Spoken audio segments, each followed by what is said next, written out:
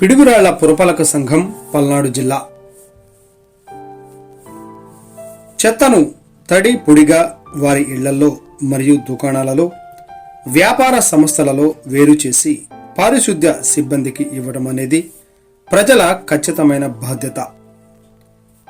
పొడి చెత్త అనగా కాగితాలు, పెట్ బాటిల్స్, ప్లాస్టిక్ బ్యాగ్స్, పాల కవర్లు, థర్మాకోల్ పేపర్లు, తిరిగి ఉపయోగపడే పదార్థములు.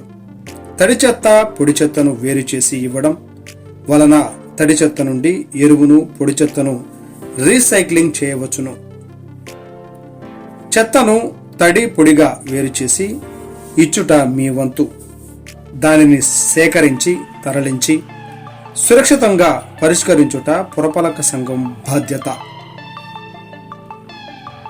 తడి పొడి చెత్త కలిపి ఇవ్వడం వలన వాటిని తిరిగి ఉపయోగించుటకు వీలు పడదు కనుక వాటి వలన మన భూగర్భ జలాలు కలుషితమయ్యే అవకాశం ఉన్నది. కావున పిడుగురాళ్ల పట్టణ ప్రజలందరూ విధిగా తడి పొడి చెత్తను వేరు చేసి తమ వంతు బాధ్యతగా పర్యావరణ పరిరక్షణలో భాగస్వాములు కావాలని కోరుచున్నాము.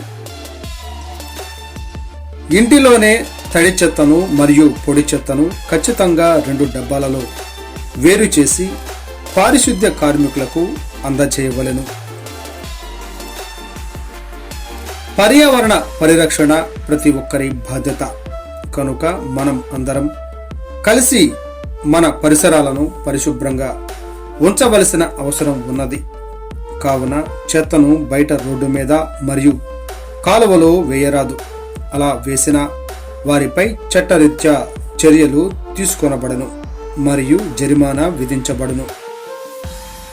మీ ఇంటిలోని చెత్తను తడి పొడిగా వేరు చేయని ఎడల పారిశుద్ధ్య కార్మికులచే చెత్త సేకరించబడదు. తడి చెత్త అనగా కుళ్ళిపోయే స్వభావం కలిగి ఉన్నవి.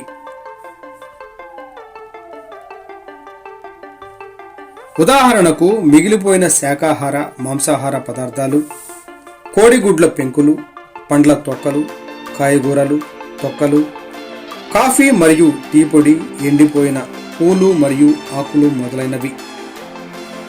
ఎవరైనా చెత్తను రోడ్డు మీద వేసినట్లుగా మేము గమనించిన ఎడల వారి ఇంటి నుండి కూడా చెత్త సేకరించబడవు మరియు వారిపై చట్టరీత్యా 500 నుండి 1000 రూపాయల వరకు జరిమానా విధించబడును. సహకరించండి. శుభ్రమైన పట్టణంగా ఉండుటకు తోడ్పడండి. ప్లాస్టిక్ కవర్లను నిషిద్ధం. గుడ్డ సంచులను ఉపయోగిద్దాం. ఒకేసారి ఉపయోగించు ప్లాస్టిక్ కవర్లను వినియోగించడం మానేద్దాం. క్యాన్సర్ బారి నుండి మనల్ని మనం రక్షించుకుందాం. ఇట్లు పిడుగురాళ్ల పురపాలక సంఘం.